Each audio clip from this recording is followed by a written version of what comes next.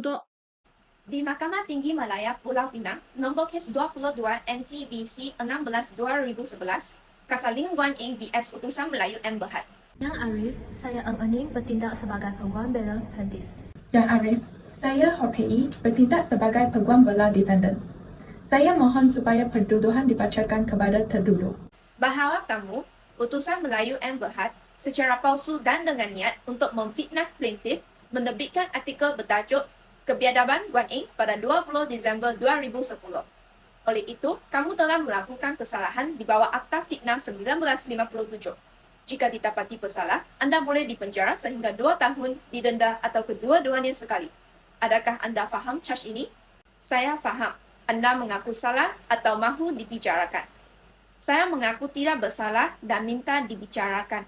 Baiklah, pihak pendakwa rakyat. Adakah kamu bersedia untuk prosiding selanjutnya?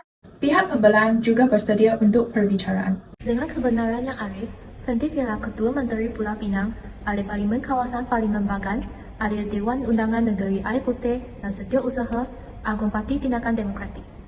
Plaintiff menyaman defendant untuk fitnah dan ganti rugi dalam artikel akhbar dan secara khusus menuduh tingkah lakunya sebagai berkauman dan anti-Islam.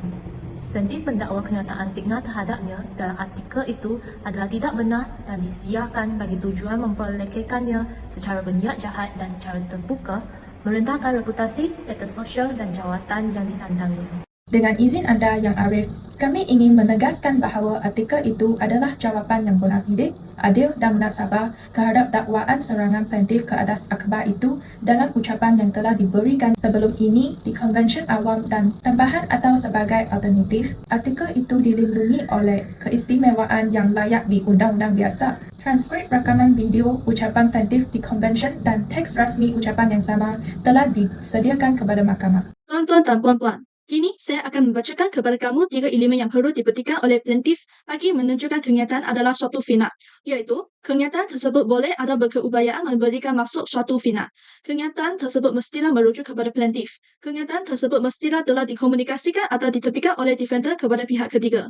Dalam perbicaraan, pihak plaintiff dan defendant bersetuju bahawa kenyataan berkenaan adalah merujuk kepada plaintiff dan telah ditepikan kepada pihak ketiga. Persetujuan pihak-pihak ini dinyatakan di pelanggan 10 dan 11 dalam Bronze C, iaitu pernyataan fakta-fakta yang dipersetujui. Oleh yang demikian, tidak perlu lagi mahkamah ini mengulas atau memutuskan sama ada elemen kedua dan ketiga telah dibuktikan oleh plaintiff. Peguam plaintiff, sila kemukakan bukti pertama anda. Yang berhormat Arif, saya ingin menarik perhatian mahkamah bahawa kenyataan plaintiff tidak mengandungi sebarang bentuk serangan ke atas defendant. Beliau hanya menyatakan pendapatnya dan tidak menyerang defendant. Kami telah menyediakan rakaman ucapan plaintiff dan transkrip yang berkaitan untuk membuktikan bahawa kenyataannya tidak mempunyai serangan terhadap defendant. Mengenai artikel defendant, kami mempunyai bukti bahawa ia mengandungi pertuduhan tambahan yang tidak berkaitan dengan kenyataan plaintiff. Pernyataan fitnah yang dikenal pasti seperti berikut. Yang pertama, beliau adalah bersikap rasis dan menentang apa sahaja yang berkaitan dengan Melayu. Yang kedua, beliau di Konvensyen Pakatan Rakyat memberi gambaran bahawa apa sahaja perjuangan yang berkaitan dengan Melayu tidak harus bertahan dan harus ditendang oleh Pakatan Pembangkang. Beliau menyerang orang Melayu dan institusi Melayu. Beliau menindas orang Melayu dengan melenyapkan satu persatu kampung mereka di Pulau Pinang. Yang kelima, beliau membatalkan perarakan Maulido Nabi.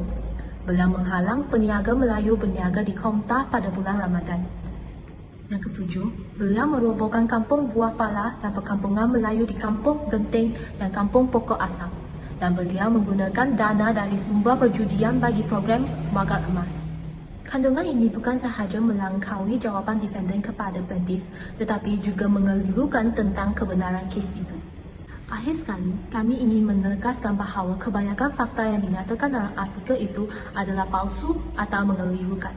Kenyataan fitnah yang didakwa adalah tidak benar dan telah diterbitkan dengan niat untuk memperlekehkan plaintiff secara terbuka dan menjatuhkan reputasi dan kedudukan plaintiff secara sosial dan di pejabat yang dipegangnya. Terima kasih atas penjelasan kamu. Defendant kini dijemput untuk menjawab perkara ini. Yang Arif, saya ingin menegaskan bahawa defendant dalam pernyataan pembelaannya mengaku bahawa artikel mengenai plaintiff telah disiarkan dalam Utusan Malaysia pada 20 Disember 2010. Bagaimanapun, defendant menegaskan bahawa artikel itu adalah tindak balas terhadap dakwaan serangan plaintiff terhadap defendant pada Konvensyen Perikatan Nasional kedua yang diadakan di Butterworth, Pulau Pinang sehari sebelumnya iaitu pada 19 Disember 2010. Defendant menegaskan bahawa ucapan plaintiff di Konvensyen Perikatan Kebangsaan membentuk serangan ke atas defendant dan oleh itu mereka merasakan perlu untuk bertindak balas dengan artikel. Defendant secara jelas menafikan bahawa perkataan yang didakwa dalam artikel itu mempunyai atau mungkin mempunyai makna yang dituntut oleh plaintiff untuk dikaitkan dengannya dan bahawa artikel itu merupakan fitnah kepada plaintiff. Defendant juga menyebut konsep bonafide. Bolehkah kamu huraikannya? Defendant berujar bahawa artikel itu diterbitkan dengan niat baik dan merupakan tindak balas yang adil dan relevan terhadap serangan yang dibuat oleh plaintiff. Defendant mendakwa bahawa tingkah laku penerbitan mereka adalah sah dan dalam skop kebebasan bersuara. Dengan izin Tuan Yang Arif, kami mohon kebenaran Mahkamah Yang Mulia ini untuk memanggil saksi pertama yang merupakan penulis artikel itu, Cik Ko Anci, untuk memberi keterangan. Oleh itu, saya Ko Anci dengan sesungguhnya dan ikhlas mengaku bahawa segala keterangan yang akan saya nyatakan dalam pembicaraan ini adalah benar. Tiada yang tidak benar, melainkan yang benar sahaja. Dengan izin Yang Arif, Cik, sila nyatakan di mahkamah ini nama, umur dan pekerjaan anda. Nama saya Ko Anci, 23 tahun. Saya kini seorang wartawan di Utusan Melayu Berhad. Apakah tujuan Cik Ko Anci hadir ke mahkamah hari ini? Tuan, saya hadir di mahkamah hari ini untuk memberikan keterangan dan penjelasan berkaitan dengan kes ini. Dengan izin Tuan, Cik Ko Anci, semasa menulis artikel ini, adakah anda menulisnya sendirian? Ya, benar. Jadi, adakah editor menyemak atau mengubah suai kandungan artikel ini? Jika ada, apakah jenis bimbingan yang diberikan oleh editor kepada anda semasa proses penulisan? Ya, editor memberikan beberapa arahan, terutamanya tentang cara untuk bertindak balas dengan lebih baik kepada kenyataan plaintiff dalam ucapan dan cara menjadikan artikel itu lebih menarik, termasuk menggunakan tajuan menarik seperti kebiadaban Guangeng dan menggunakan struktur berkotak dalam artikel untuk menyerahkan 11 peristiwa atau fakta tentang plaintiff yang menyerahkan sikap dan kelakuannya. Jadi, tujuan artikel ini adalah untuk menjawab kenyataan yang plaintiff dalam ucapannya dengan menonjolkan sikap dan tingkah laku dan sudah sengaja menyalahgambarkan fakta. Contohnya, menambah beberapa kandungan yang tidak benar atau belum disahkan. Saya menafikannya dan saya ingin menegaskan bahawa semua dalam artikel itu ditulis dengan niat baik. Walau bagaimanapun, kami ingin menyoroti fakta-fakta kunci seputar penghancuran kampung jalan pokok isu kampung import di Bandar Genting, Balik Pulau. Kami memberikan bukti bahawa penghancuran kampung jalan pokok asam disebabkan oleh kekurangan persetujuan bangunan yang sesuai. Namun, hingga saat ini penghancuran kampung Genting dan Balik Pulau belum dilaksanakan. Kami juga mempertanyakan klaim seputar perarakan Malido Raso dan menyoroti kekurangan bukti yang dapat membuktikan adanya hambatan. Bukti yang kami ajukan menunjukkan bahawa klaim ini akurat dan memerlukan penyelidikan lebih lanjut. Berkaitan dengan pembatalan acara Tusau 2010, pihak pembela menyediakan surat awal untuk menunjukkan pembatalan acara tersebut. Namun, saksi mengakui bahawa acara tersebut akhirnya tetap diadakan setiap tahun. Kami percaya bahawa saksi seharusnya menyajikan urutan lengkap peristiwa dan menyatakan bahawa aktiviti itu akhirnya berlanjut, bukan meninggalkan kesan bahawa acara tersebut benar-benar dibatalkan. Saksi tampaknya dengan sengaja menekan fakta-fakta penting untuk mempengaruhi pemahaman pembaca, menunjukkan niat untuk menyesatkan dan mencemarkan nama baik secara tidak adil. Terima kasih. Saya tiada soalan lagi.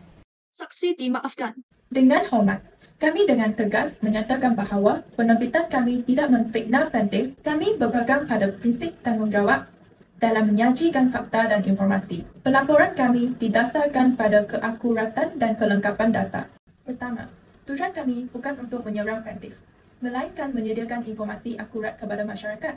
Tidak ada niat jahat dalam interpretasi yang mungkin membingungkan. Kedua, pengungkapan terhadap penghancuran kampung didasarkan pada kepentingan publik. Meskipun ada perselisihan, hal ini tidak mengubah fakta bahawa kampung-kampung tersebut dirobohkan.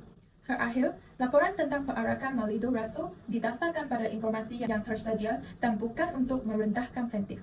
Kami berharap mahkamah dan juri mempertimbangkan dengan adil pembelaan kami. Terima kasih. Saya rehatkan kes saya buat masa ni, Tuan. Penguat plaintif, sebentar lagi kamu boleh meneruskan hujah penuntut kamu.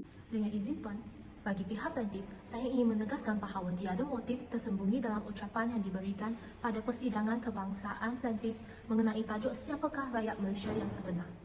Ucapan itu bertujuan untuk menyeru kepada perpaduan dan persefahaman, bukan untuk menyemai perpecahan atau penyesakan mana-mana individu tertentu. Walau bagaimanapun, kami ingin menekankan bahawa laporan defender mengenai plaintif adalah berniat jahat dan niat jahat ini dicerminkan dalam aspek berikut. Defendant bertindak menuduh dan tanpa mengambil kira perasaan plaintif. Defendant gagal memohon maaf kepada plaintif walaupun setelah mengetahui fakta sebenar. Defendant tidak mengendalikan penyiaran kenyataan tertuduh dan memfitnah defendant secara berniat jahat dengan niat untuk mencari faedah untuk defendant, dan faedah berkemungkinan melebihi pampasan yang diperoleh plaintif dalam tuntutan mahkamah ini. Kemudaratan yang dialami oleh plaintif telah diburukkan lagi oleh niat jahat defendant yang bertujuan dan niatnya adalah untuk memusnahkan kerjaya politik plaintif. Saya rehatkan kes saya buat masa ini, Yang Arif. Pada pendapat saya, menulis artikel ceria secara khusus merujuk kepada ucapan plaintif di Covercious dan dengan jelas mengenal pasti konsep terdekatnya. Tidak memberikan DW3 atau defendant dengan lesen percuma dalam apa yang dipanggil balas atau respon yang adil dan musnasabah. Mengandungi tidak relevan atau kandungan yang tidak berkaitan, sama ada ditafsirkan secara individu atau digabungkan dengan keseluruhan artikel. 7 perenggan kandungan yang ditawar mempunyai maksud memfitnah plaintif dan akan merosakkan reputasi plaintif. Saya mesti mengatakan bahawa saya tidak dapat membezakan mana-mana satu sedemikian dalam istilah yang paling luas atau mana-mana serangkam atau sebarang provokasi terhadap utusan Malaysia atau masyarakat Malaysia. Seperti yang dicadangkan oleh berbuat utusan, plaintif tidak melancarkan serang luas terhadap defendant atau masyarakat Melayu dalam ucapannya. Tetapi defendant memasukkan banyak pertuduhan tambahan dalam artikel itu yang melangkungi perbelaan undang-undang membalas serangkam. Saya mendapati tiada keterangan yang menunjukkan pihak defendant telah mengambil tindakan untuk mengumpul, mengesahkan dan menepikan pernyataan tersebut sebagai adil dan bertanggungjawab. Sebagai kesimpulan, kenyataan berunsur fitnah dalam artikel yang bertajuk Kebiadaan Guan Yin pada 20 Disember tahun 2010 diterbitkan oleh Utusan Melayu MBHT secara palsu dan dengan niat untuk memfitnah plaintif. Hasilnya plaintif berhak untuk diberikan ganti rugi untuk libel yang hendaklah dibayar oleh defendant. Selepas mengambil kira semua perkara dan faktor yang dinyatakan di atas, saya Cawasya Hakim Mahkamah Tinggi Pulau Pinang mengarahkan defendant membayar plaintif satu aumuan global sebagai ganti rugi am dan teruk dalam jumlah RM200,000. Defendant juga perlu membayar kos plaintif bagi prosedur ini yang ditetapkan pada RM25,000. Defendant juga perlu membayar faedah ke atas RM200,000 tersebut pada kadar 4% setahun dari tarikh perintah ini sehingga tarikh penyelesaian penuh. Mahkamah ditangguhkan.